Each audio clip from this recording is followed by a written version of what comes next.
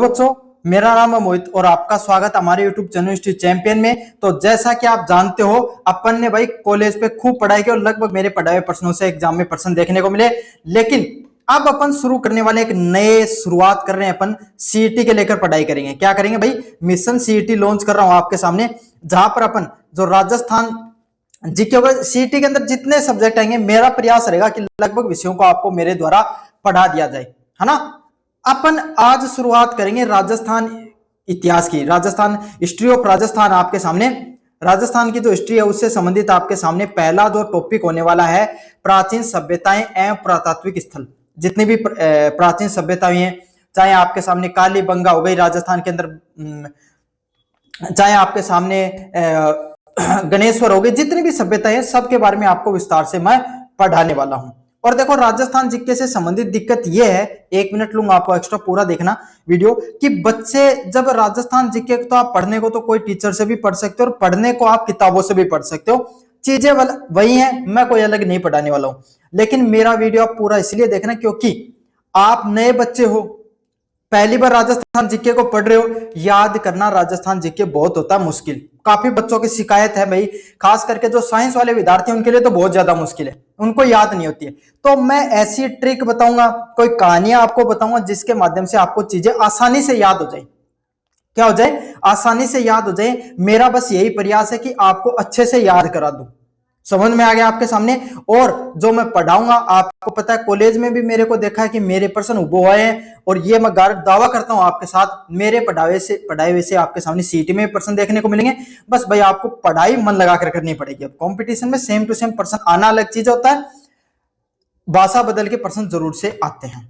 चलिए, बहुत ले लिया टाइम आपका। अब अपन पढ़ेंगे आपके सामने, पहला टॉपिक है कालीबंगा। मेरा पढ़ाने का एक बार तरीका बता देता हूं। सबसे पहले आपके सामने एक बताऊंगा आपको कहानी। क्या बताऊंगा? कहानी बताऊंगा भाई। समझ में आ गया?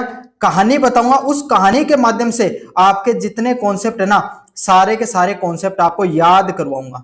समझ में आ गया? कहानी पढ़ाऊंगा और उस कहानी के माध्यम से आपको जितने भी कॉन्सेप्ट है सारे के सारे याद कराऊंगा, ताकि आपको चीजें आसानी से याद रह जाए। क्यों याद नहीं होती है बच्चों को? कालीबंगा सभ्यता को याद पढ़ तो लेंगे, टीचर से नोट्स भी बना लेंगे, लेकिन याद नहीं होती है। और अपनों काम यो है साहब की सस्त और सुंदर टिकाऊ काम करा था, है ना। तो चलो शुरू करा कालीबंगा सभ्यता से। हिंदी भी बोलूंगा और बीच में मारवाड़ी भी बोलूंगा, दोनों टच में लगो, वीडियो पूरा देख लियो बस थे। देखो, कालीबंगा सभ्यता के बारे में अपन पढ़े उससे पहले एक अपन पढ़ेंगे कहानी, ठीक है। देखो क्या होया कर, तो कहानी की बात करना, तो कहानी की शुरुआत क्या है कि एक हनुमानगढ़ जिला के अंदर, भाई राजस्थान को हनुमानगढ़ जिला था, ये तो सबने बेरो होगो कि राजस्थान के अंदर एक हनुमानगढ़ नाम को जिला है। उस जिला के अंदर आपके सामने किस नाम की, अमला नाम के आपके सामने एक आंटी रहती थी। किस नाम की भाई? अमला नाम की एक आंटी रहती थी। ये याद कर लेना, एक एक शब्द जो इंपॉर्टेंट होगा वो मैं बता देता हूं। अमला याद कर लो, और अमला याद नहीं हुआ तो कमला याद कर लो।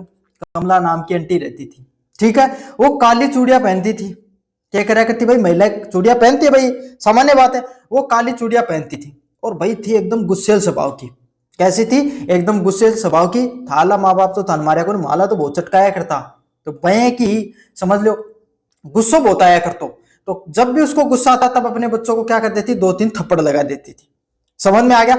अब क्या हुआ आपके सामने एक दिन, ये तीनों कॉन्सेप्ट आपको अच्छे से याद कर लेना। अब आगे कहानी विस्तार से समझा देता हूं भाई। एक हनुमानगढ़ जिला में एक आपके सामने किस नाम के आपके सामने, अमला नाम के आपके सामने एक आंटी है, वो रहा करती थी, एक महिला रहती थी। वो कैसी चूड़ियां पहनती थी भाई? आपके सामने काली चूड़ियां पहनती थी। कैसे पहनती थी भाई? काली चूड़ियां पहनती थी। भाई मेरी हिंदी बहुत कमजोर है, तो कोई शब्द गलत लिखो जाता है समझ लो, गुरुजी नावे को नहीं, ठीक है। काली चूड़ियां पहनती थी, समझ में आ गया। और स्वभाव से गुस्सेल थी। एक दिन अपने बच्चों को बोली कि भाई चलो खेत के अंदर चलते हैं। और बच्चा आजकल की का मन है, कोई कौन मन है, जनाबा कौन गया तो 2-1 लगाया चट्टू। क्या क्या उन्होंने 2 बच्चों के लगा दिया, अपने उनके 2-3 जितने बच्चे थे उनके लगा दिया थप्पड़। अब बच्चे रोने लगे, बोले मम्मी मैं तो जल जाऊंगा तेरे साथ, तू मैंने मारे, ठीक है। धीरे धीरे भाई आपके सामने क्या होगा, खेत के अंदर चला गया, कटे चला गया आपके सामने, खेत के अंदर आपके सामने वह चला गया। खेत के अंदर जाके कमला आंटी जी बोली कि मैं तो जाऊं इन्हें बिन्ने घूम के आऊं, या आपके सामने कोई खेत ने देख के जाऊं, तो ठेके काम करो उरे अपने खड़े रहो। तो बच्चा थोड़ी रुक जाई, बच्चा क्या करने लगा आपके सामने, छोटा बच्चा खेला करी ना, मिट्टी का घर बनाया करी, का आपके सामने छोटा छोटा मिट्टी का के बनाने लगा आपके सामने गरसा बनाने लगा या मिट्टी का आपके सामने खड्डा बनाने लगा, समझ में आया, खड्डा बनाने लगा। अब उनकी मम्मी वापस आई, बोली क्या करो रहा है? बोले मम्मी मैं तो खेल रहा। बोले खेलने के लिए थोड़ी खेलो सर, क्या करने के लिए खाओ, जाओ वो अड़पड़े है ना वो ठा के लेके आओ और आप क्या कर सिरसी और चना ने बस क्या कर आपके सामने अड़ लेके आओ और आपके सामने चना और सिरसी बासा क्या कर चना और जो सरसों है उसको उगाएंगे, चना और जो सरसों है उसकी अपन खेती है वो करेंगे। एक बार फिर से बता देता हूं, भाई हनुमानगढ़ जिला के अंदर अमला या कमला नाम की एक आंटी रहती थी, काली चूड़ी पहना करती और भाई एकदम गुस्सेल स्वभाव की, जैसे बच्चों पर गुस्सा था एक दो थप्पड़ मार देती थी उनको, है ना। एक दिन अपने बच्चों को बोली कि जाओ बच्चों अपन खेत के अंदर काम करने चलेंगे, बच्चे मानते नहीं भाई, तो उन्होंने क्या कर दिया, उन बच्चों को थप्पड़ लगा दिया। अब जैसे बच्चों को पता चला कि मम्मी आज है गुस्से में, तो बच्चे भागे भागे कहां पर चले गए, खेत के अंदर। अब खेत के अंदर चले गए तो बच्चे कहां रुकने वाले थे, बच्चे खेलना शुरू करने लगे और धीरे धीरे उन्होंने क्या किया, खड्डे बनाने, खेत के अंदर भाई घर बनाने लग गए, खड्डे बनाने लग गए, है ना। बच्चे खेलते हैं इसी तरीके से। उनकी मम्मी आई, बोली क्या करो भाई, कमला आंटी है, बोली क्या कर रहे हो तुम? बोले हम तो खेल रहे। बोले खेलना नहीं था, जाओ वो लकड़ी का हल पड़ा है वो लेकर आओ, सरसों और जो की क्या करेंगे अपन, बुआई कराएंगे, सरसों और जो चना है उसकी बुआई कराएंगे। समझ में आ गया? पूरी की पूरी कहानी है ना वो अपनी किसके अंदर लिख लेना, ये कहानी अपनी कॉपी के अंदर लिख लेना, और अगर डिस्क्रिप्शन में लिंक दे रखा है, जो नोट्स जो मैं पढ़ा रहा हूं वो आपको वहां पर देखने को मिल जाएंगे। ठीक है, पूरी कहानी अच्छे से समझ में आ गया आपके सामने। चलिए भाई, अब पूरी कहानी का क्या सारांश निकलता है। सबसे पहले आपके सामने जो मैंने पढ़ाया है, आंटी कहां की थी भाई, आपके सामने कहां की थी, आपके सामने आंटी थी हनुमानगढ़ जिले की। कहां की थी? हनुमानगढ़ जिले की। तो ये जो आपके सामने क्या लिख दिया मैंने,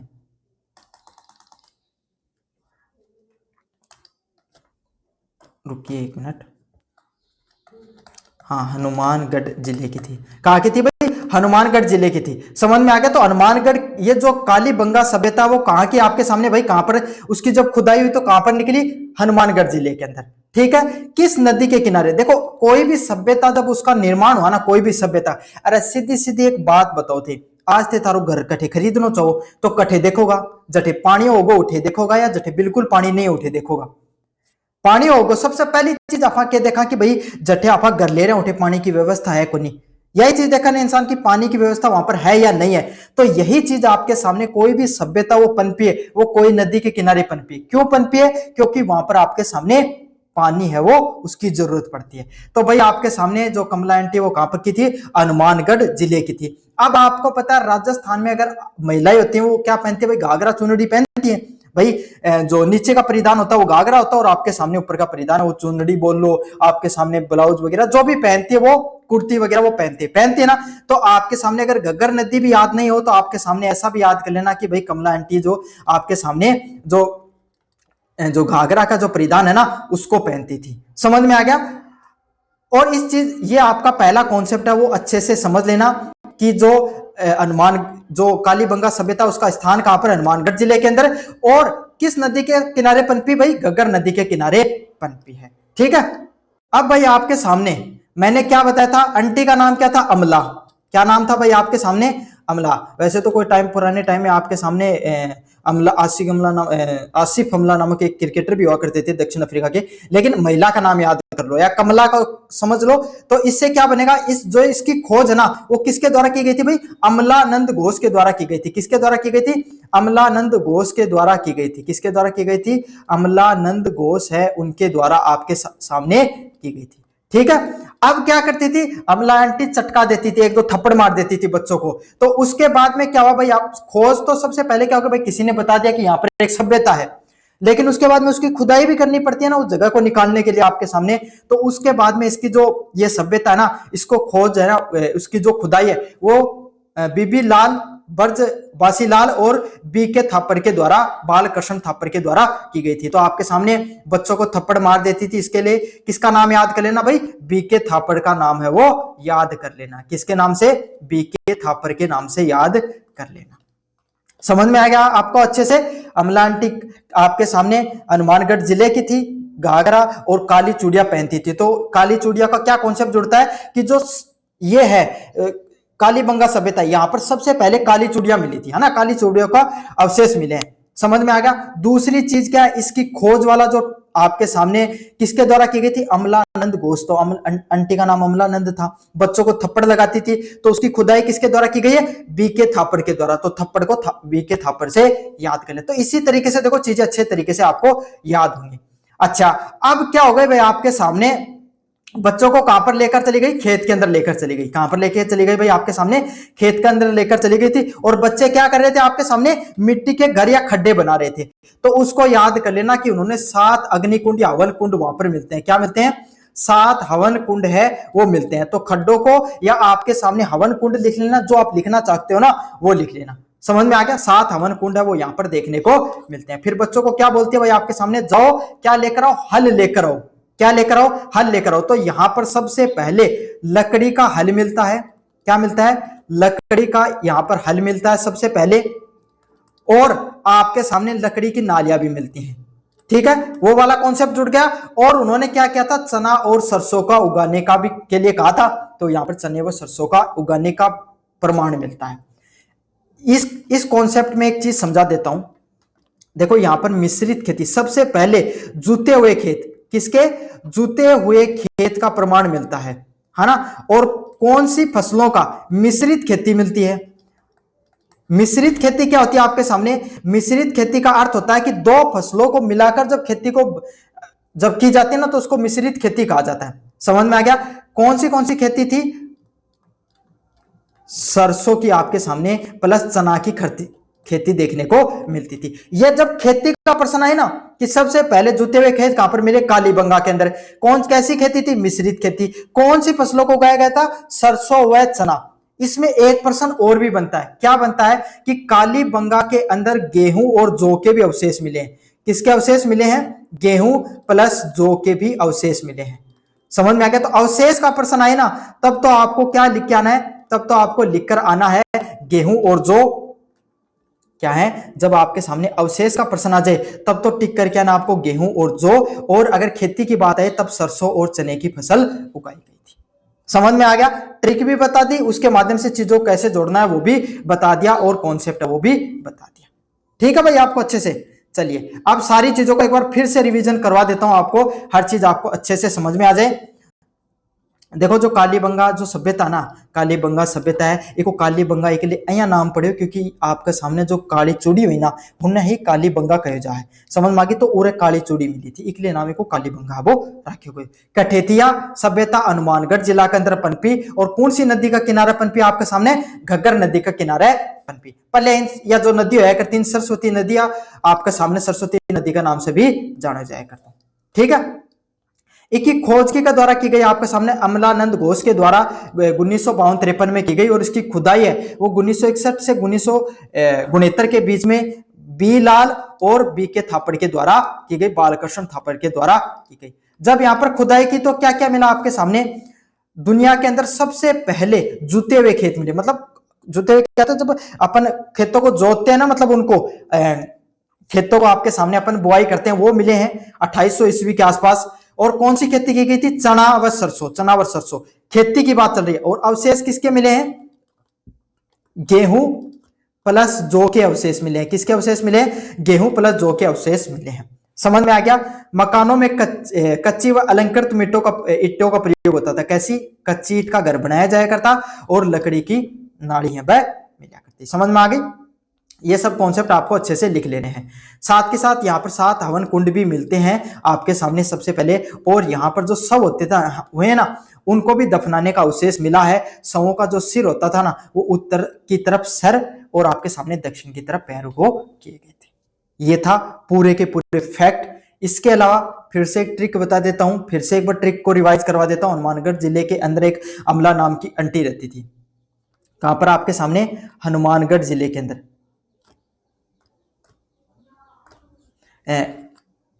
हाँ, हनुमानगढ़ जिले के अंदर आपके सामने, हनुमानगढ़ जिले के अंदर। तो ये नदी का, ये कहां पर आपके सभ्यता कहां पर पनपी, हनुमानगढ़ जिले के अंदर। वो कौन रहती थी आपके सामने, अमला नाम की आंटी रहती थी। अब अमला आंटी से क्या जुड़ता है, अमलानंद घोष। कौन जुड़ते हैं भाई, अमलानंद घोष।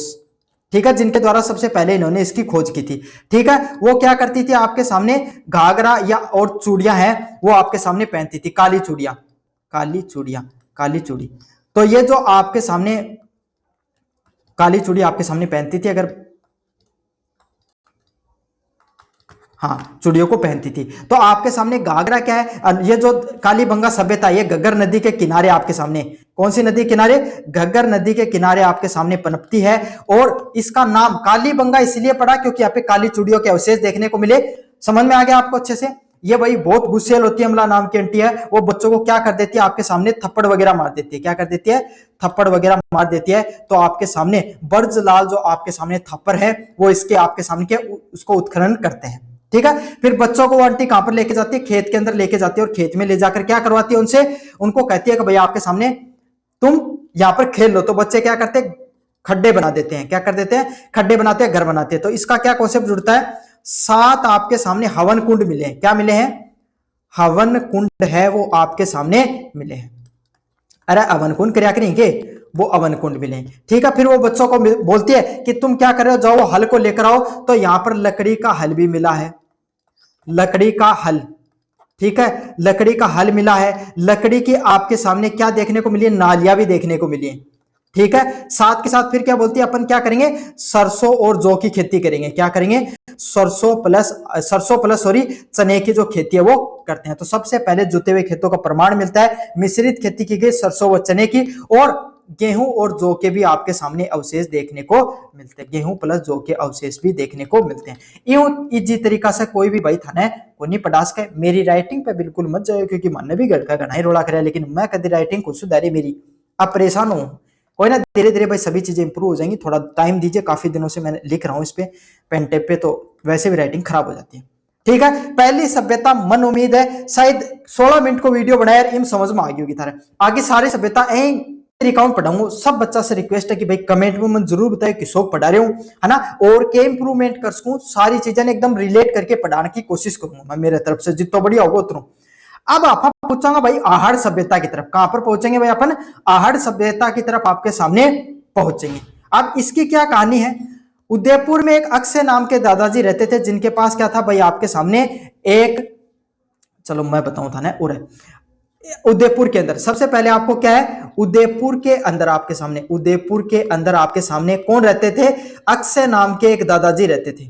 अक्षय नाम का दादाजी, दादो कौन गए, दादो रिया को। तो दादा को परिवार बहुत बड़ो हो, मतलब बहुत बड़ा परिवार था, कम से घर 4-5, जो आपके सामने 5-10 बेटा अपने इतना है करता भाई, सब एक जगह रिया करता। ठीक है, दादो अमीर भी बहुत हो। तो आपका आथम क्या कर तो रतन, रतन समझो ना, अरे कोई मूंगो पेज ले है, गुठी पेज रखी है, ऐसा समझ लो, है ना, जिका हीरा जड़ रहा। तो रतन जड़ी तो आपके सामने उसने एक अंगूठी पहन रखी थी। अब दादाजी के घर में आपके सामने बड़ा परिवार था, है ना। तो क्या होता था आपके सामने, तांबे की बटियों पर, तांबे जब खाना बनता था ना, तो तांबे की जो बटिया होती है ना, उसके ऊपर आपके सामने जो क्या होता था, खाना बनता था। ठीक है, और खाना किसके ऊपर पकाते थे, लाल व काले मटकों पर। किस पे पकाते थे, लाल प्लस जो काले मटके होते हैं ना, लाल प्लस काले जो आपके सामने मटके होते हैं, मटके मान लो, हांडी मान लो, जो भी मान दो, उनके ऊपर बनाते थे। समझ में आ गया, लाल व काले मटके के ऊपर आपके सामने खाना बनाते थे। और अपना जो आपके सामने जितना भी अनाज है, उसको कहां पर रखते थे आपके सामने भाई, अनाज उसको, इतना बड़ा घर है, इतने ज्यादा लोग रहते हैं, तो बड़ा सा क्या होता, गोदाम रखते थे, जिसको वो काठे के नाम से जानते थे। ये सब आपको याद कर लेना है, ये ट्रिक, ये कहानी है, ये कहानी लिख लो, एक एक चीज जोड़ के बताऊंगा। क्या उदयपुर में अक्षय दादा नाम के दादाजी रहते थे, जिनके पास क्या एक चमकीली रतन की गुठिया पहनकर रहते थे। घर बहुत बड़ा था, बहुत सारे लोग, 5-10 बेटे थे आपके सामने, सारे के सारे एक जगह रहते थे। घर में जब खाना बनाते तो 6 चूल्हे एक साथ जलते। कितने, 6 चूल्हे एक साथ जलते। और चूल्हे क्या होते थे भाई, बट्टी लगा रखी, चूल्हे तो क्या बल्टी लगा रखी थी तांबे की। समझ में आ गया। और उस तांबे के ऊपर लाल व काले कलर के बर्तनों के अंदर खाना बनाते थे। और अनाज किसके अंदर रखते थे, बड़ा सा गोदाम बना रखा था, उसका क्या नाम रखते थे, गोरे और काठे के नाम से जानते हैं। किसके नाम से जानते हैं, गोरे व काठे के नाम से जाना करते हैं। तो यह पूरी की पूरी कहानी है। अब इसको कैसा जोड़ा जाएगा वो देखना है एक बार आप कैसे जोड़ा जाएगा भाई आपके सामने। अगर इसकी बात करूं मैं, सबसे पहले आपको यह समझना है कि जो आहड़ सभ्यता है, कौन सी सभ्यता है, आहड़ सभ्यता है, वो कहां पे पनपी भाई, उदयपुर जिले के अंदर। कहां पे पनपी, उदयपुर जिले के अंदर। तो मैंने क्या सबसे पहले क्या बताया, अक्षय नाम के जो दादाजी है वो कहां के हैं, उदयपुर के। कौन सी नदी के किनारे? आहड़ नाम है उसी, या बेहड़ नदी के किनारे पनपती है, जो बनास नदी की सहायक नदी है। तो आहड़ सभ्यता का नाम है, तो उसी नदी के किनारे पनपती है। तो इसमें कोई याद रखने के लिए कोई खास चीज जरूरी नहीं है, बस इसका ये याद रख लेना, जो बनास नदी है वो इसकी सहायक नदी है, आहड़ या बेहड़ नदी की। समझ में आ गया? तो ये समझ लो अक्षय दादा वो कहाँ के? उदयपुर के। बस आपको इतना याद है वो रखना है। अब नाम क्या दादाजी का? अक्षय। तो अक्षय से क्या याद रखना है? अक्षय कीर्ति। क्या याद रखना है? अक्षय कीर्ति। अक्षय कीर्ति कौन थे भाई आपके सामने? अक्षय कीर्ति कौन थे? ये जो आपके सामने आहड़ सभ्यता है इसकी सर्वप्रथम खोज करने वाले अक्षय कीर्ति व्यास कौन थे? ये जो सभ्यता इसकी खोज करने वाले थे। ठीक है। हाथों में क्या पहनते थे आपके सामने? रतन पहनते थे। तो उसको किससे जोड़ेंगे? रतन चंद्र अग्रवाल ने इसके बाद में, और हसमुख धीरज लाल साकलिया है, वो इन्होंने इसकी खुदाई की है। क्या किया है? रतन चंद्र अग्रवाल है और हसमुख धीरज लाल साकलिया है, उनके द्वारा क्या की गई? आपके सामने इसकी जो खोज है वो की गई। ठीक है। तो अक्षय नाम के दादाजी थे, उसको अक्षय कीर्ति के नाम से जोड़ना है जिन्होंने इसकी खोज की है। हाथों में रतन पहनते थे, किससे जोड़ना है? रतन चंद्र अग्रवाल के नाम से जोड़ना है। समझ में आ गया? अब घर था उनका बहुत बड़ा। क्या था? बहुत बड़ा उनका घर देखने को मिलता था। तो सबसे पहले इस चीज को क्या जोड़ना है कि घर में 6 बेटा 10 बेटा मान लो, 10 बेटा, 10 का 10 एक जगह रहता। तो राजस्थान की सबसे पहले संयुक्त परिवार यहीं पर देखने को मिला था। क्यों? क्योंकि भाई आपका सामने उरे के देखने मिलो 6 घर, एक घर मिलो उरे, इस सभ्यता के अंदर एक घर मिलो जिसके अंदर 6 चूल्हा एक साथ जल रहा, 6 चूल्हा एक साथ जल रहा। एक अर्थ के भाई कमो कम इतना सारा लोग एक जगह रह रहा। तो सबसे पहले परिवार या सामूहिक जो जीवन है, सामूहिक भोजन बनाने की जो प्रणाली है वो यहीं पर देखने को मिली थी। समझा? तो अक्षय दादाजी का 6 बेटा मान लो या 6 घर मान लो, 6 कुछ भी मान लो, आपके सामने थे 6 बच्चा ही मान लो। क्या मान लो? 6 बच्चे थे और 6 बच्चे आपके सामने क्या एक जगह खाना बनाते थे। और खाना किस पे बनता था? तांबे की भट्टियों पर। वो अगले जोड़ेंगे। और तांबे की भट्टियां होती थी आपके सामने, जो तांबे किस पे बनाते थे?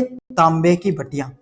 तो क्या वह है यहां पर जो आहड़ सभ्यता है ना, इसके अंदर तांबे को गलाने के लिए क्या मिली है? भट्टियां मिली हैं। तो तांबे की भट्टी को किससे याद रखना है कि तांबे की गलाने की यहां पर भट्टियां मिली हैं। साथ के साथ जब खाना पकाते थे तो कैसे मटकों में पका रहे थे? काले और लाल मटकों के अंदर। कैसे मटकों के अंदर? लाल व काले मटकों के अंदर यहां पर पका रहे थे खाना। तो यहां पर लाल व काले मर्द भांड मतलब मिट्टी के जो आपके सामने मटके मान लो वो मिले। समझ में आ गया? और घर इतना बड़ा था तो क्या करते थे? आपके सामने जो अनाज है वो किसके अंदर रखते थे भाई? आपके सामने एक बड़ा सा मिट्टी के आपके सामने गोदाम बना रखा था, कोठे बना रखा था, जिसको क्या कहते थे? गोरे या कोठ के नाम से जाना जाता था। अपन भी कोठियार कहते हैं भाई, हमारी साइड में जो अनाज वगैरह रखते हैं उसको कोठियार ही कहा जाता है। क्या कहा जाता है? कोठियार कहा जाता है। शेखावाटी क्षेत्र के आसपास का ही जरूर रिलेट करेंगे इस चीज से, है ना? तो जो अनाज को इकट्ठा करके रखते थे उसको गोरे या कोठ के नाम से जाना जाता था। होगी सारी की सारी कहानी रिलेट।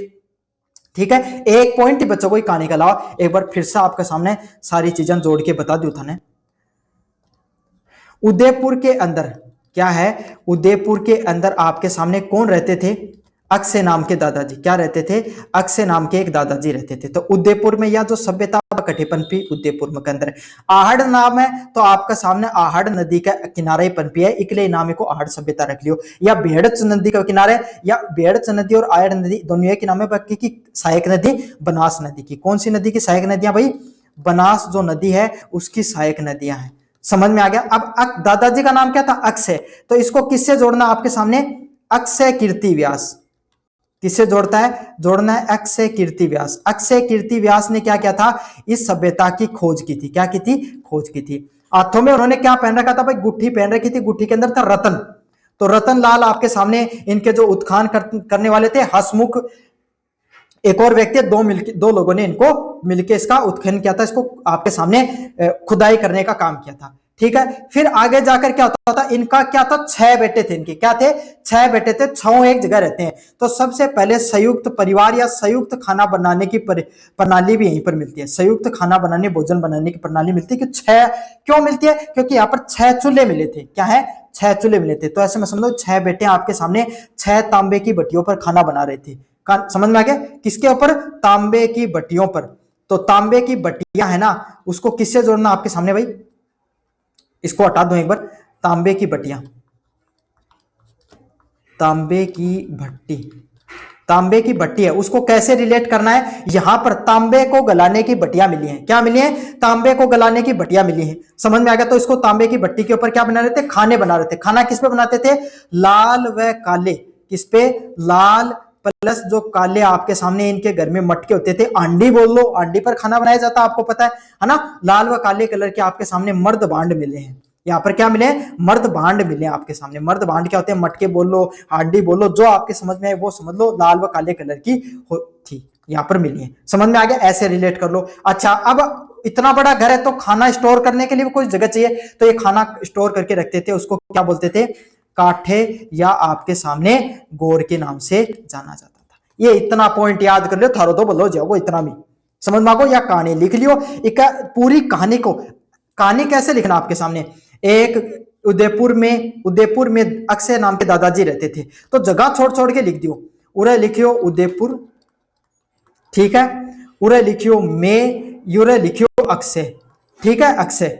अब इतनी जगह बस 4 ही नाम लिखियो एक में, फिर नीचे की लाइन छोड़ दियो, नीचे की 2 लाइन छोड़ दियो, ठीक है। उठे बस सारा पॉइंट लिख दियो, फिर अगली लाइन लिख दियो, फिर नीचे का पॉइंट लिख दियो, इस हिसाब से लिख लियो आराम से। मैं क्या कहूं, तारे एक एक चीज आराम याद हो जाऊंगी, और एक टाइम बाद में प्रैक्टिस करता रहोगा तो सारी चीजें याद ले। एक पॉइंट और यहाँ पर आपको देखने को मिलता है, लिखना चाहो तो लिख देना, स्किप करना चाहो तो स्किप कर देना। इस सभ्यता के अंदर है ना, एक क्या मिलती है, जो आपके सामने मुद्रा भी मिलती है। मुद्रा क्या हो जाए, सिक्को है ना, यहाँ को मिले जी पर बनासियन बुल, मतलब यहाँ को एक बुल थो आपके सामने साइंड की के फोटो देखने मिले वो मुद्रा के ऊपर, जो कि आपके सामने यूनानी देवता अपोलो की आकृति वाली मुद्रिक। एक तो यहाँ पर जो मुद्रा है, मुद्रा मतलब आपके सामने सिक्का वगैरह मिला है, जिसके ऊपर यूनानी देवता अपोलो की आकृति वाली सिक्का मिले। इसको अर्थ क्या है कि भाई उरे का जो लोग होया करता ना भाई, यूनान के साथ, यूनान देश के जो आपके सामने जो लोग होते थे उनके साथ क्या करते थे, आपके सामने व्यापार करते, तभी सिक्को मिले। भाई एक बात बताओ, आपके सामने अगर थारे घरा अगर डॉलर मिल रहे हैं तो इको मतलब थारो को विदेश में कमा रहे हो डॉलर में जने मिलेगो।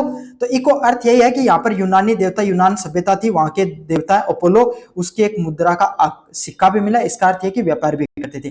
तथा एक बनासियन बुल है, वो भी, उसकी भी आकृति मिली है, उसकी भी आपके सामने एक चित्र देखने को मिला है। तो ये और पॉइंट है, लिखना चाहो तो लिख दो, वरना स्किप करना चाहो तो स्किप कर दो। मेरे साबुल लिख दो, क्योंकि पहली बार पढ़ रहे हो ना, मन लगा के पढ़ो अच्छे से। चलिए अब अपन अगले वाली सभ्यता के ऊपर पढ़ेंगे, किसके ऊपर? गणेश्वर सभ्यता के ऊपर। बहुत आसान है, ये तो ऐसे ही बता दूंगा, मजा आ जाएगा आपको पढ़ करके, एकदम समझ में आ गया। होता क्या आपके सामने गणेश्वर सभ्यता के अंदर, चलिए याद करते हैं गणेश्वर सभ्यता को। देखो यहाँ पे भगवान गणेश को मत लेना भाई आपके सामने, क्योंकि ये ट्रिक सेट नहीं बैठेगी इसमें, इसको हटा देना, ठीक है। आपके सामने एक गणेश नाम का लड़का होता था, है ना। अब गणेश नाम का जो लड़का भाई, वो आपके सामने बदमाशी कर रहा था, तो उसकी मम्मी ने उसको दिया डांट। क्या कर दिया? उसकी मम्मी ने उसको दिया डांट। अब आपके सामने क्या भाई, जो जो क्या बोलते हैं, आपके सामने उसको डांट दिया। अब डांटने के बाद में वो उसके घर के पास क्या एक नीम का पेड़ रहता था, उसके नीचे जाकर बैठ गया। अब मम्मी ने बोला, मम्मी ने उसको फिर से डांट दिया, बोले यहाँ पर क्यों बैठा है, काम करता है नहीं, सारे दिन इधर बैठ जाता, कभी उधर बैठ जाता। वो और ज्यादा गुस्से में आ गया। वो क्या, उसके गांव के पास में आपके सामने एक खेतों के अंदर से आपके सामने एक नदी निकलती थी, उसका नाम क्या था? काटली। क्या नाम था? काटली नदी उसका नाम था। क्या था? काटली नदी बोलते थे, क्योंकि वो जब बहती थी ना तो खेतों को काट देती थी, इसलिए उसका नाम काटली निकाल दिया, है ना। उस नदी के किनारे जाकर बैठ गया, है ना, वहां पर आराम से बैठ गया। और उसको काफी देर तक बैठा रहा। मम्मी को, भाई मम्मी मेरी मम्मी अच्छी नहीं है, वो मेरे को डांटती है, ऐसे वैसे कर रहा था। तब उसको लगा रे क्या करें, ऐसे बोर हो रहे हैं। तो उसने क्या देखा, उसके पास एक काटा, मतलब मछली को पकड़ने को काटा होता ना, वो काटा था। तो उसने क्या किया, चलो मछली पकड़ते हैं। मछली को, वो काटा तांबे का काटा है ना, और वो तांबे का था वो काटा आपके सामने, जो मछली पकड़ने का, उसने उसको नदी में फेंक दिया। मछली पकड़ने का ट्राई करने लगा, लेकिन मछली पकड़ी नहीं गई। इतनी देर में उसके 2 दोस्त आ गए। क्या आ गए? इतनी देर में उसको 2 दोस्त आ गए, एक थे रतन और दूसरा था विजय। क्या थे? इतनी देर में उसके 2 दोस्त आ गए, एक का नाम था रतन और दूसरा का नाम था विजय। दोनों बोले, अरे गणेश हो रहा है, क्या कर रहा है तू? अरे गणेश यहाँ पर क्या कर रहा है तू? तो वो बोला, अरे मम्मी आज तो आपको पता है कुछ नहीं कर रहा, आज तो मम्मी ने डांट दिया थोड़ा सा। तो बोला अब क्या कर रहा है? बोले मछली पकड़ रहा। बोले इस नदी में कहाँ मछलियां, कुछ नहीं है यहाँ पर। तो बोले क्या करें? बोले एक काम करते हैं। बोले क्या? बोले आज नदी का बहाव रोकते हैं। बोले क्या करते हैं? नदी को रोकने का प्रयास करते हैं। गणेश कहता है, अरे क्या मजाक कर रहे हो, नदी का बहाव थोड़ी रुक सकता है। बोले थोड़ी थोड़ी बह रही है, चलो आज यहाँ पर जो इसके देखो कितने गोल गोल पत्थर हैं, इनको इकट्ठा करते हैं। तो वो क्या करते हैं, आपके सामने टाइम पास करने के लिए उन गोल गोल पत्थरों को इकट्ठा करना शुरू कर देते हैं। फिर से एक बार कहानी बताऊं। एक गांव में आपके सामने गणेश नाम का एक लड़का रहता था। उसकी मम्मी ने उसको डांट दिया। डांटने के लिए घर में आपके सामने नीम का पेड़ था, उसके नीचे जाकर बैठ गया। मम्मी फिर से बोली, तू कभी इधर बैठ जाता, कभी इधर बैठ जाता, पढ़ाई तू करता है नहीं। उसको अच्छा गुस्सा आ गया। वो क्या करा कि आपके सामने यहाँ पे तो मम्मी डांटेगी, पढ़ने का मन है नहीं, तो अपने गांव के पास से जो नदी जाती है ना, खेतों में से काटली नदी जिसका नाम है, क्योंकि वो खेतों को काट देती थी जब अपने भाव पर होती थी, तो उस नदी के किनारे जाकर बैठ गया। और वहां पर क्या करने, तांबे का एक कांटा पड़ा होता, उसलिए मछली पकड़ने का प्रयास करने लगा। लेकिन नदी में तो मछली थी नहीं, है ना। आपके सामने बहुत कम कम थोड़ा थोड़ा पानी आ रहा था। तब उसके इतनी देर में दो दोस्त आ गए। एक का नाम था रतन, दूसरे का नाम था विजय। दोनों ने उससे कहा कि क्या कर रहा है तू यहाँ पर बैठा बैठा। तो वो बोला, अरे कुछ नहीं, बस मछली पकड़ रहा था। बोले, इसमें मछली कहाँ जो तो तेरे को मिलेगी। बोले, आज क्या करें। तो बोले, एक काम करते हैं, यहाँ पर जो गोल गोल पत्थर पड़े हैं ना, इनको इकट्ठा करके यहाँ पर आपके सामने नदी को रोकने का प्रयास करते हैं। नदी के पानी रोकने का, बांध बनाने का, या छोटे बच्चे होते हैं ऐसे खिलौने खेलते रहते हैं आपके सामने, पत्थरों को इकट्ठा करने का काम करते हैं। तो ये पूरी की पूरी ट्रिक है, पूरी की पूरी कहानी है। अब देखो इसको कैसे जोड़ते हैं अपन, कैसे आपके सामने पूरी पूरी कहानी आपको याद कराने में मदद करेगी। सबसे पहले आपको क्या याद रखना है, लड़के का क्या नाम था, गणेश। तो कौन सी सभ्यता, गणेश्वर सभ्यता। ठीक है आपके सामने। अब उसको गणेश को क्या किया, उसकी मम्मी ने डांटा। तो वो कहां पर बैठ गया था, नीम के पेड़ के पास। कहां पर बैठ गया था, नीम के पेड़ के पास बैठ गया था। तो ये सभ्यता आपके सामने कहां पर पनपी है भाई, आपके सामने वर्तमान सीकर या आपके सामने जो नीम का थाना है ना, उसके आसपास ये आपके सामने ये जो सभ्यता वो पनपती है। पहले आपके सामने सीकर भी लिखा जाता था, अब नीम का थाना लिखा जाता है। जो आपके मन में आए वो याद कर लेना। नीम के पेड़ के नीचे बैठा था, नीम का थाना है, वो इसके ट्रिक से याद हो जाएगा। अब उसकी मम्मी ने उसको और डांटा, तो वो कहां पर चला गया आपके सामने, उसके जो खेतों में ना नदी बहती थी। क्या नाम था उस नदी का, काटली नदी। यहाँ पे कातली लिखा हुआ, लेकिन इसको काटली या कातली जो भी बोलना चाहो वो लिख लेना भाई। आपके सामने जो कातली नदी है वो आपके सामने बहती थी। क्यों उसका नाम काटली क्यों था, क्योंकि वो मिट्टी का कटाव करती हुई जाती थी। समझ में आ गया। तो सभ्यता का नाम गणेश्वर, गणेश से जोड़ दिया। मम्मी ने डांटा, नीम के पेड़ के नीचे बैठा, तो ये सभ्यता कहां पर पनपी, नीम के थाना या सीकर में पनपी। ठीक है। फिर उसको फिर से डांटा, तो कहां पर चला गया, नदी थी काटली नदी, वहां पर जाकर बैठ गया। तीनों आपके सामने लाइनों को जोड़ दिया ना अपन ने। ठीक है। अब क्या होता आपके सामने, फिर वो क्या करता है, वहां पर जाके तांबे का जो कांटा पकड़ा होता मछली का, है ना, ऐसा होता वो कांटा, देखो ऐसा होता वो, ऐसा कांटा हुक देखने को मिलता आपके सामने। उससे वो मछली पकड़ने का प्रयास करता है। वो किसका बना हुआ था आपके सामने, तांबे का। किसका था, तांबे का। तो ये सभ्यता ना, यहां पर इसको ताम्बर युगीन सभ्यता के नाम से जाना जाता है, क्योंकि यहां पर तांबा निकलता था। और आगे जाकर जब ज्योग्राफी भूगोल पढ़ोगे तब आपको पता चलेगा, खेतड़ी, है ना, जोनों के अंदर आपके सामने, नीम का थाना जोनों के अंदर आपके सामने खेतड़ी जो जगह है ना, वहां पर सबसे जो तांबा है ना, उसका क्या होता है, खान है। तांबे की क्या, खान है। तो उस समय भी यहाँ पर तांबा वो निकाला जाता था। तो जब इसमें खुदाई की गई तो यहाँ पर शुद्ध तांबे के उपकरण मिले, जैसे मछली पकड़ने का कांटा मिला है, तीर या कुल्हाड़ी और सुइया जैसे उपकरण है वो मिले हैं। लेकिन मछली पकड़ने का जो कांटा है ये सबसे ज्यादा बार पूछा जाता है, तो ये समझ लेना। समझ में आ गया। जहां पर भी आपके सामने तांबे से संबंधित उपकरण है उसकी बात आ जाए तो या टिक मार देना। लेकिन तांबे को गलाने की भट्टियां आर्य सभ्यता में मिली है, ये याद रखना। वो गलाते थे उन भट्टियों को, व्यापार करते थे, जो गलाकर उसको बेचने का काम करते थे। समझ में आ गया आपके सामने। अब क्या करने लगे भाई, उसके थोड़ी देर बाद में उसके दो दोस्त आए।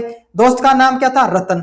क्या नाम था आपके सामने, रतन। तो जो ये सभ्यता, इसकी खोज किसके द्वारा की गई, रतन चंद्र अग्रवाल के द्वारा। किसके द्वारा, रतन चंद्र अग्रवाल के द्वारा इसकी जो खोज है वो की गई है। और दूसरे का दोस्त का नाम क्या था, विजय। तो दूसरा खोज करने वाला इसका क्या था आपके सामने, विजय कुमार।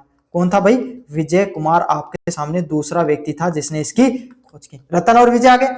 फिर इन्होंने क्या किया आपके सामने, बोले कि अपन क्या करेंगे। बोले तू क्या कर रहा है, बोले कांटे से। बोले मछली पकड़ना। बोले मछली तो है ही नहीं सभ्यत यहाँ पर इस नदी के अंदर। बोले तो वो बोले क्या करे, बोले एक काम करें, इन पत्थरों को उठाएंगे और आपके सामने बांध जैसा या पानी को रोकने का प्रयास करेंगे। तो यहाँ पर जो घर मिले ना, यहाँ पर आपके सामने जो घर मिले वो आपके सामने ईंट के नहीं बने, पत्थर से ही बने हुए हैं।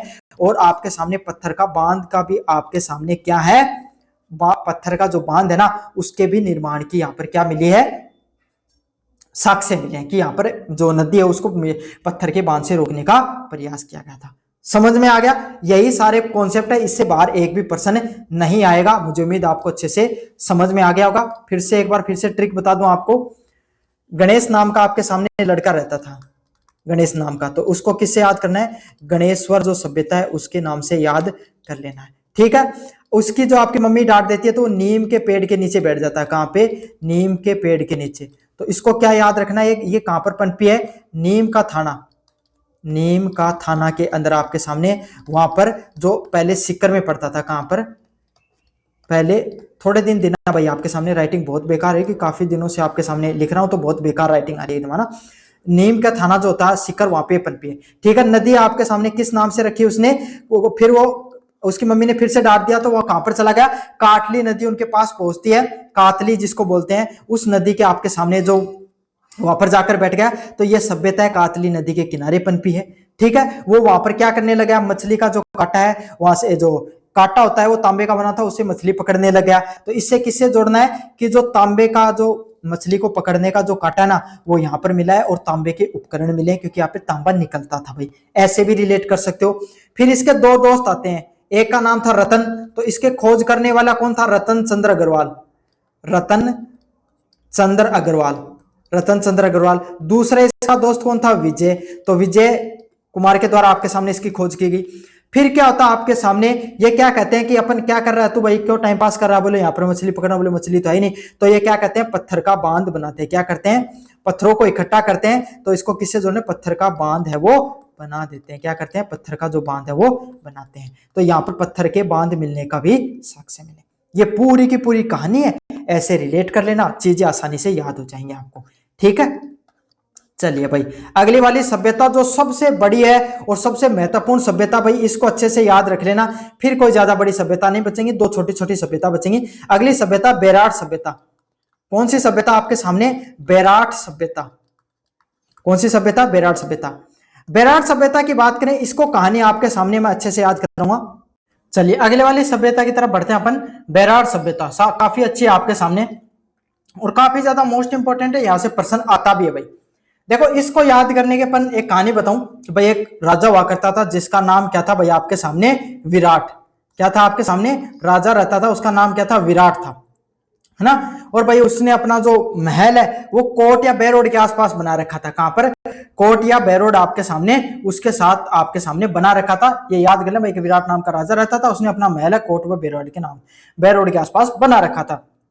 अब क्या होता, बहुत पहले समय, महाभारत समय की बात है, तब उसके राज्य भाई उसका नाम बहुत बड़ा था। तो ये बात आपके सामने जब पांडवों को, जब आपके सामने अज्ञातवास मिल रखा था। अज्ञातवास क्या होता है, आपके सामने कोई व्यक्ति को कि अगर तुम छिप जाओगे ना, अगर तुम छिपे, तुम्हें छिपे रहना, तुम्हारा बारे में पता नहीं चलना चाहिए। दुर्योधन ने एक कहा था अगर पता चल जाएगा तो तुम्हें उतना ही फिर से अज्ञातवास काटना पड़ेगा। तो तब वो छिपकर रहते थे, तब उनको पता चला कि भाई विराट नाम का राजा ना वो बहुत ज्यादा आपके सामने क्या है, उसका बहुत काफी नाम है, तो हम उसके पास चले जाते। तो वहां पर क्या पांडव है जो महाभारत के, वो यहाँ पर आए थे और वो उन्होंने क्या बोले, आपके सामने राजा विराट से बोले कि हमारे हथियार है ना, जो हथियार मतलब जो तीर बाणी होती थी तब धनुष बाण है वो छिपा कर रख लो।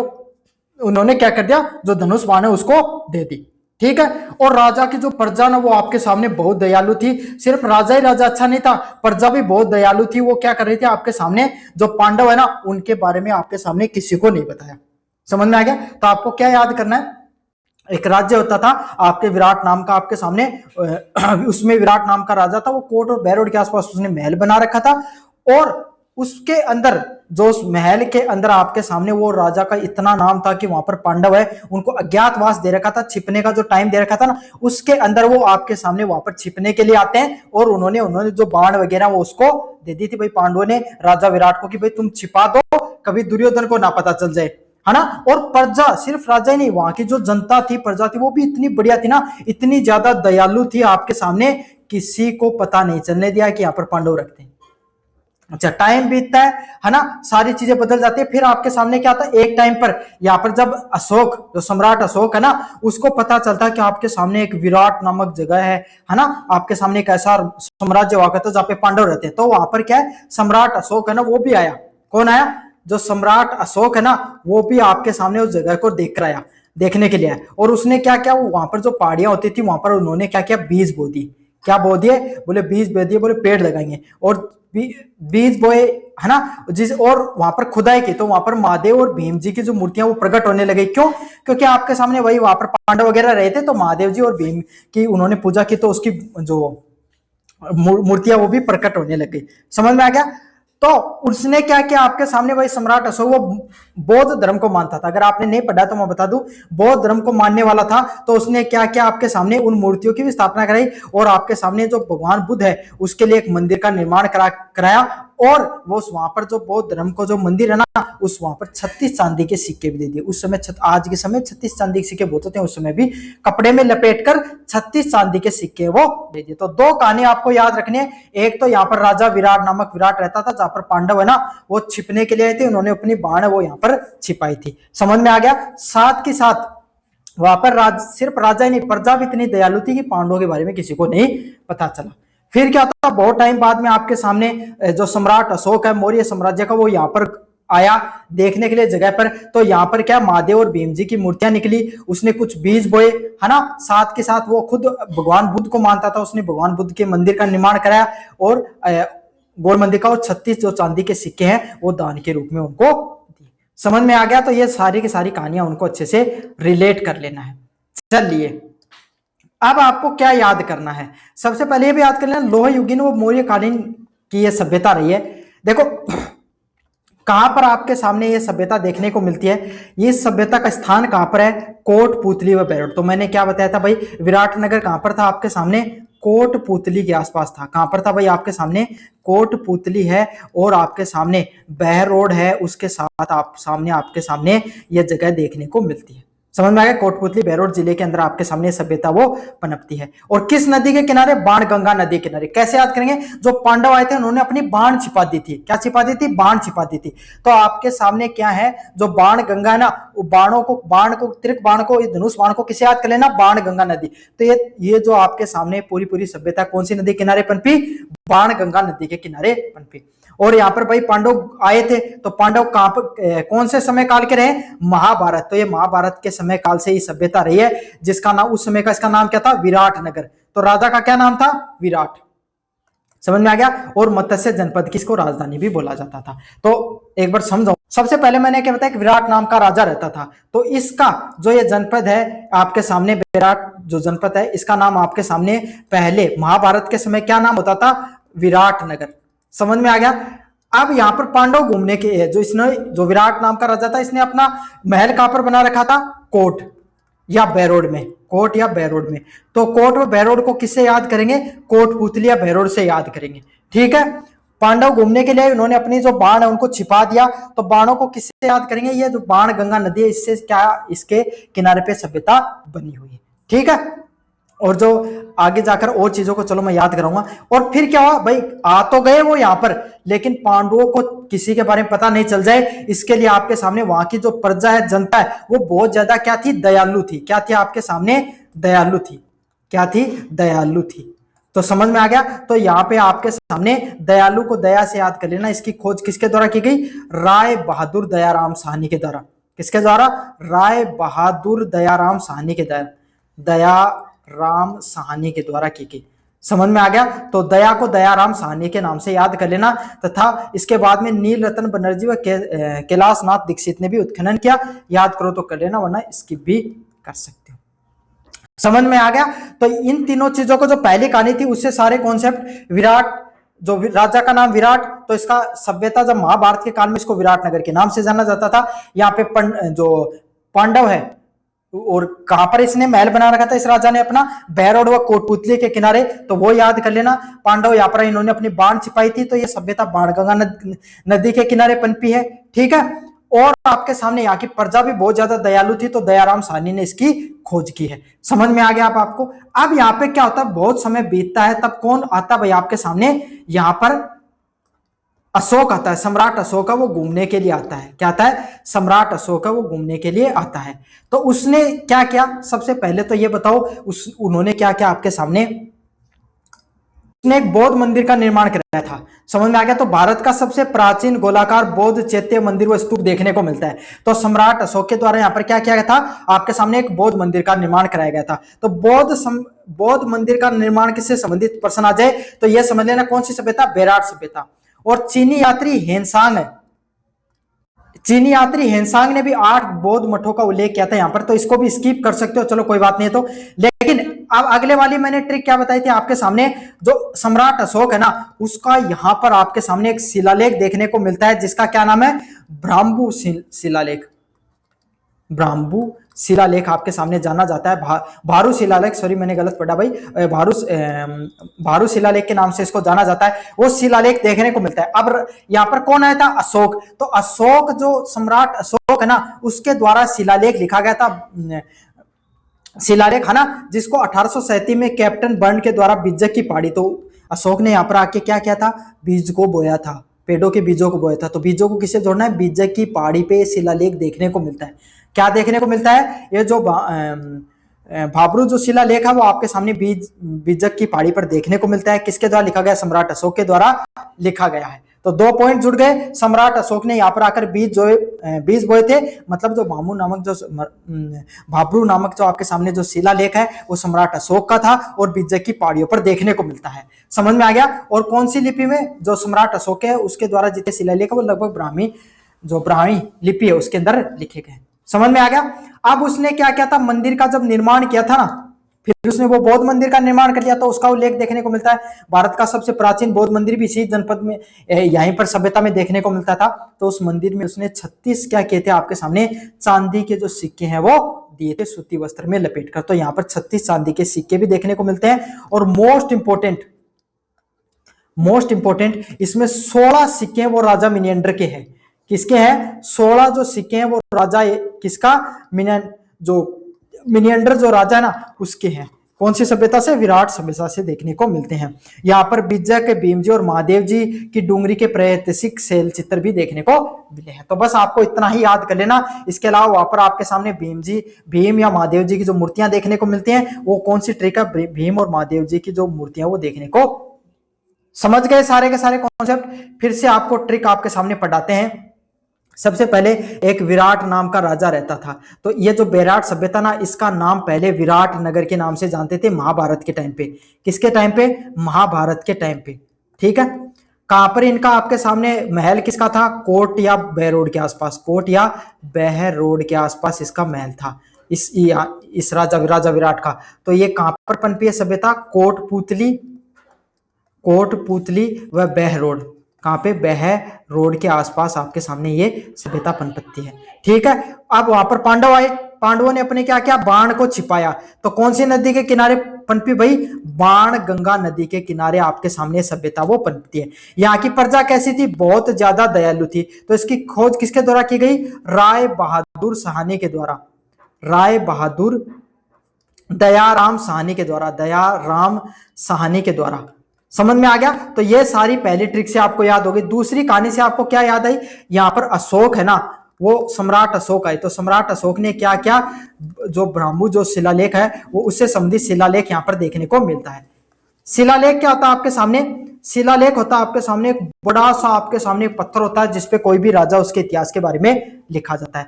समझ में आ गया। कहां पर मिलता है भाई, अब राजा अशोक ने यहाँ पर आकर बीज बोए थे। किसके क्या किए थे, बीज बोए थे। तो यहाँ पर बीजक की पहाड़ी पर देखने को मिलता है। यहाँ पर देखने को मिलता है, बीजक की पहाड़ी पर देखने को मिलता है। समझ में आ गया। कौन सी लिपि में था, ब्राह्मी लिपि के अंदर था। महात्मा जो बुद्ध धर्म से संबंधित चीजें बताई गई थी। फिर यहाँ पर आपके सामने और क्या चीजें निकलती हैं, वो खुदाई करता है तब महादेव और भीम की आपके सामने मूर्तियां भी निकलती है। तो यहाँ पर इससे संबंधित शिलालेख या चित्र देखने को मिलते हैं। समझ में आ गया। चलिए फिर क्या करता है अशोक, यहाँ पर क्या करता है, अशोक सम्राट है वो भगवान बुद्ध का एक मंदिर का भी निर्माण कराता है। तो यहाँ पे बौद्ध स्तूप बोला जाता है भाई, बौद्ध धर्म में मंदिर नहीं बोला जाता, स्तूप बोला जाता है। तो बौद्ध स्तूप भी, सबसे प्राचीन बौद्ध स्तूप यहीं पर देखने को मिला है। ठीक है। इसके अलावा उसने फिर उस मंदिर में 36 चांदी के सिक्के दिए। क्या के, चांदी के जो सिक्के है ना वो दिए। तो 36 यहाँ पर पंचमारक के, किसके, पंचमारक के आपके सामने सिक्के देखने को मिलते हैं, जिसमें 16 सिक्के किसके हैं, राजा मिनेंडर के हैं। जो मिनांडर जो राजा है उसके देखने को मिलते हैं। सारी ट्रिक, सारी कहानी एक साथ जोड़कर बता दी और सारी चीजें अच्छे से बार बार इन कहानियों को पढ़ते रहना और चीजों को रिलेट करते रहना, बहुत आसानी से याद हो जाएंगी। लास्ट की 2 ही सभ्यता बची है, बागोर। अगली सभ्यता कौन है? बागोर सभ्यता। अब इतने दिन अपन बहुत प्राचीन प्राचीन सभ्यताओं के बारे में पढ़ा, अब अपन पढ़ेंगे एक और प्राचीन सभ्यता जो कहां पर पनपी है आपके सामने भाई, भीलवाड़ा के अंदर। अब इसकी क्या है, भीलवाड़ा में एक वीर नामक आदमी रहता था, आदिवासी टाइप आदमी था। क्या था? आदिवासी टाइप आदमी था आपके सामने। वो कौन सी नदी? जो मिट्टी के किनारे आपके सामने एक अपनी कोठी बनाकर रहता था, मिट्टी के किनारे अपनी कोठरी बना लो, कोठरी बनाकर रहता था या आपके झोपड़ी बनाकर रहता था, ऐसे याद कर लो। वहां पर क्या करता था? पशुपालन करता था। समझ में आ गया? और अपनी सुरक्षा के लिए, अपनी सुरक्षा के लिए भाई आपके सामने झोपड़ी है, कोठी बोल लो, कोठरी बोल दो, जो याद करना चाहो वैसे कर लो। उसके आसपास पत्थर है ना, छोटे छोटे जो पत्थर होते हैं, उससे क्या कर रखा था उसने? उसको बचाने के लिए, उस नदी के बहाव से बचाने के, नदी का पानी घर में नहीं आ जाए, उसने पत्थरों के आसपास छोटे छोटे पत्थर वो लगा रखे थे। अब आदिवासी टाइप आदमी था तो क्या करता था? कपड़े सीलने के लिए पत्थरों का प्रयोग करता था या तांबे की जो सुई है उसके छेद कर रखा था उसने, उससे कपड़े वो सीलता था।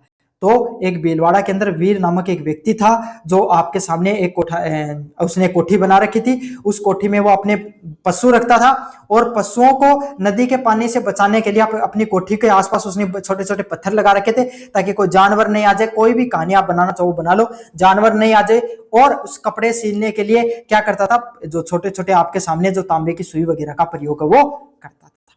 समझ में आ गया? चलिए अब एक एक चीज को जोड़ देंगे। सबसे पहले आपके सामने ये जो सभ्यता है, ये सभ्यता कहां की है? भीलवाड़ा जिले की। तो भीलवाड़ा का वीर नामक आदमी था और उसने कोठी बना रखी थी। तो कोठी को किससे याद कर लो? कोठरी नदी से। किससे याद कर लो? कोठरी नदी के किनारे सभ्यता पनपती है। कहां पर पनपती है? कोठरी नदी के किनारे। कौन सी नदी के किनारे? तो वो कोठी बना रखी थी, कोठरी नदी के किनारे सभ्यता पनपती है। ठीक है, नाम क्या था उस आदमी का? वीर। तो इसकी खोज किसके द्वारा की गई? डॉक्टर वीरनाथ मिश्र के द्वारा।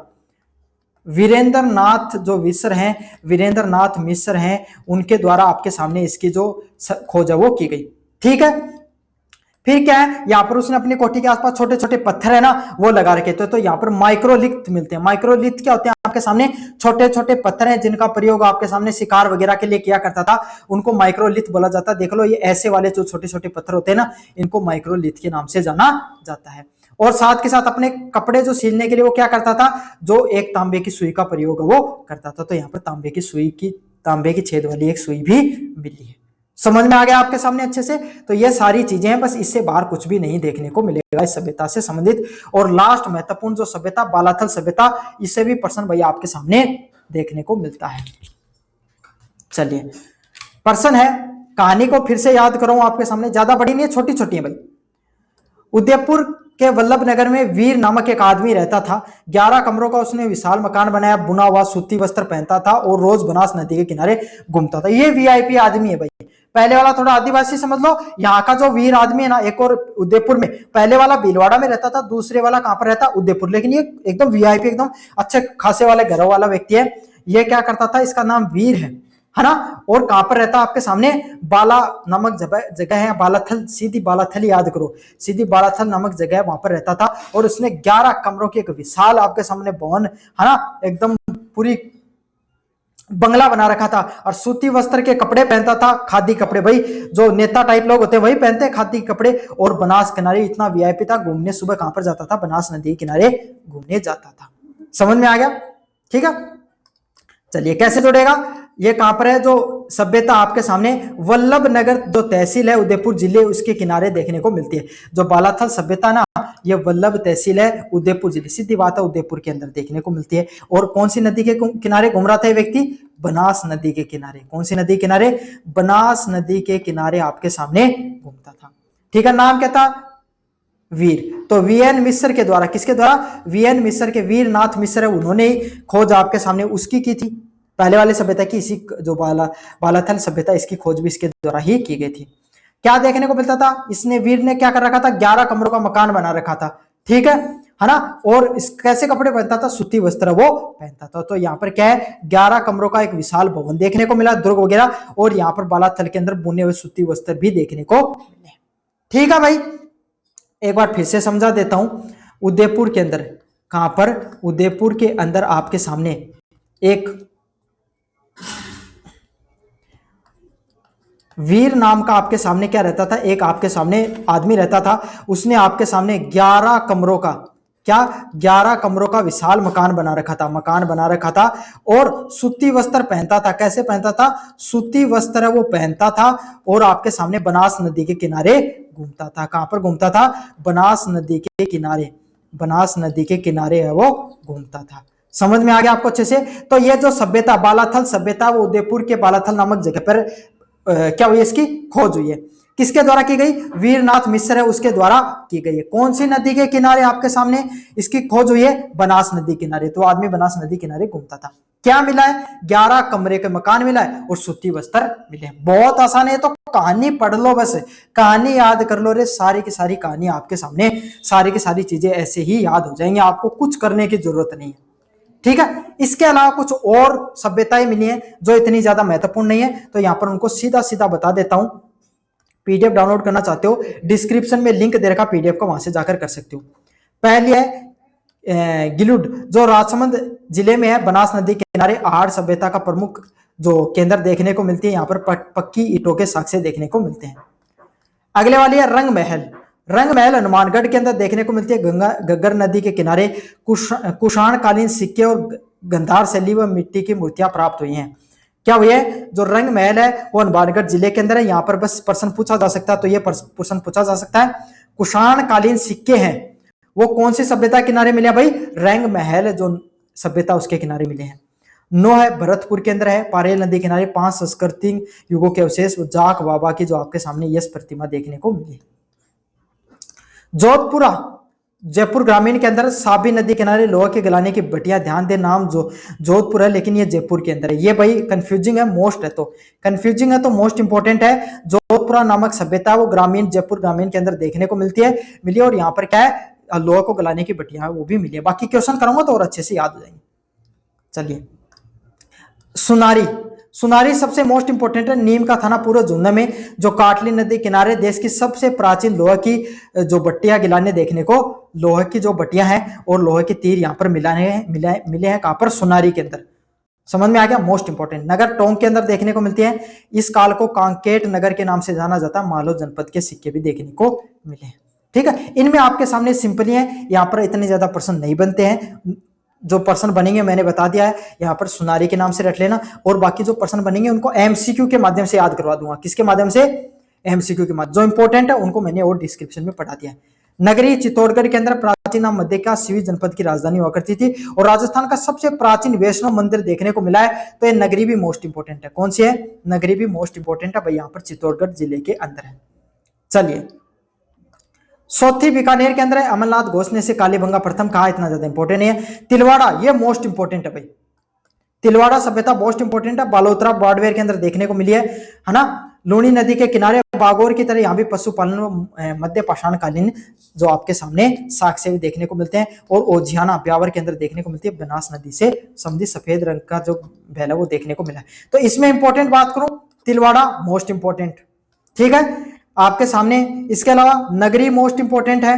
ठीक है, आपके सामने सुनरी इंपोर्टेंट है और रेड इंपोर्टेंट है।